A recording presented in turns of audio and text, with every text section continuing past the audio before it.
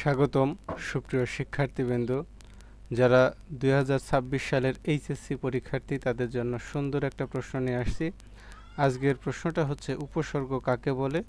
প্র, অপ, আ, সম, নি উপসর্গগুলোর প্রত্যেকটি দ্বারা একটি করে শব্দ গঠন করো। একেবারে সহজ, খুব ছোট একটা প্রশ্ন, দেখলেই পারবে। আগে বোঝো যে উপসর্গটা কি। উপসর্গ আসলে একটা শব্দাংশ যার নিজস্ব কোনো অর্থ নেই। এটা একা একা বসতে পারে না, একটা মূল শব্দের পূর্বে বসে নতুন একটা শব্দ গঠন করে, এটাই হচ্ছে উপসর্গ। ক্লিয়ার? এখন এখানে কি লিখছে আমরা একটু দেখি। যেসব বর্ণ বা শব্দাংশের নিজস্ব কোনো অর্থ নেই, এই যে প্র, অপ, আ, সম, নি, এর নিজস্ব কোনো অর্থ নেই, কিন্তু শব্দের আগে যুক্ত হয়ে নতুন একটা শব্দ গঠন করতে সাহায্য করে, তাকেই উপসর্গ বলে। অর্থাৎ উপসর্গের নিজস্ব কোনো অর্থ নেই, এটা একটা শব্দাংশ, এটা মূল শব্দের পূর্বে বসে নতুন একটা শব্দ গঠন করে। যেমন দেখো, প্র, প্র হচ্ছে আমাদের উপসর্গ, আর এর সাথে যুক্ত হয়েছে মূল শব্দ হার, তাহলে হয়েছে কি প্রহার। ক্লিয়ার? আবার আ হচ্ছে একটা উপসর্গ, এই উপসর্গ মানে হচ্ছে একটা শব্দাংশ। আ যদি একা একা বসে এটা কিছুই বোঝায় না।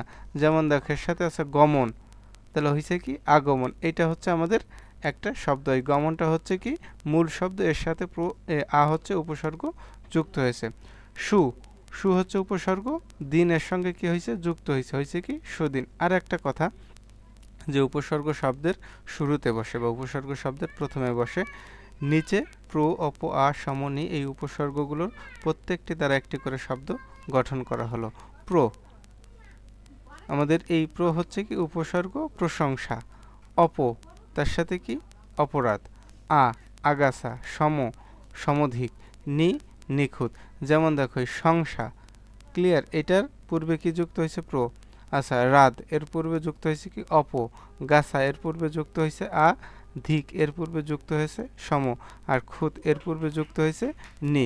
অর্থাৎ লাস্ট ফিনিশিং হচ্ছে কি উপসর্গ জাস্ট একটা শব্দাংশ, এর নিজস্ব কোনো অর্থ নেই, এটা মূল একটা শব্দের পূর্বে বসে নতুন একটা শব্দ কি করে গঠন করে, তাকেই আমরা উপসর্গ বলি। সবাইকে অসংখ্য ধন্যবাদ সাথে থাকার জন্য।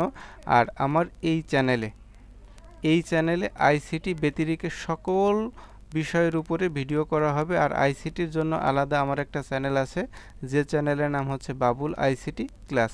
সেখানে তুমি সকল প্রকার আইসিটি ভিডিও পাবে। সবাইকে অসংখ্য ধন্যবাদ।